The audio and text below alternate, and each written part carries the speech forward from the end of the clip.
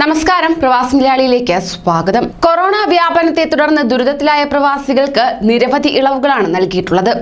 എന്നാൽ UAE-യിൽ വിസ കാലാവധി കഴിഞ്ഞവർക്ക് രാജ്യം വിടാൻ അനുവദിച്ച സമയപരിധി ഈ മാസം 31-ന് അവസാനിക്കുന്നതാണ്. നിയമലംഘകരായി കഴിയുന്നവർ ആനുകൂല്യം പ്രയോജനപ്പെടുത്തി നിശ്ചിത തീയതിക്കകം രാജ്യം വിടണമെന്ന് federal authority of identity and citizenship അഭ്യർത്ഥിക്കുകയുണ്ടായി. ഇതുവഴി നിയമലംഘകരെ കണ്ടെത്താൻ ഏപ്രിൽ 1 മുതൽ പരിശോധന ശക്തമാക്കുകയും ചെയ്യുന്നതാണ്.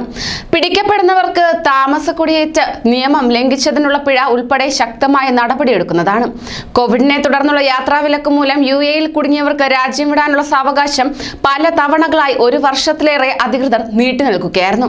വിസ കാലാവധി കഴിഞ്ഞ് അബുദാബി, ഷാർജ, റാസൽ ഖൈമ വിമാനത്താവളം വഴി പോകുന്നവർ വിമാന ടിക്കറ്റും പാസ്പോർട്ടുമായി 6 മണിക്കൂർ മുമ്പ് വിമാനത്താവളത്തിൽ എത്തി യാത്രാ നടപടികൾ പൂർത്തിയാക്കിയിരിക്കണം.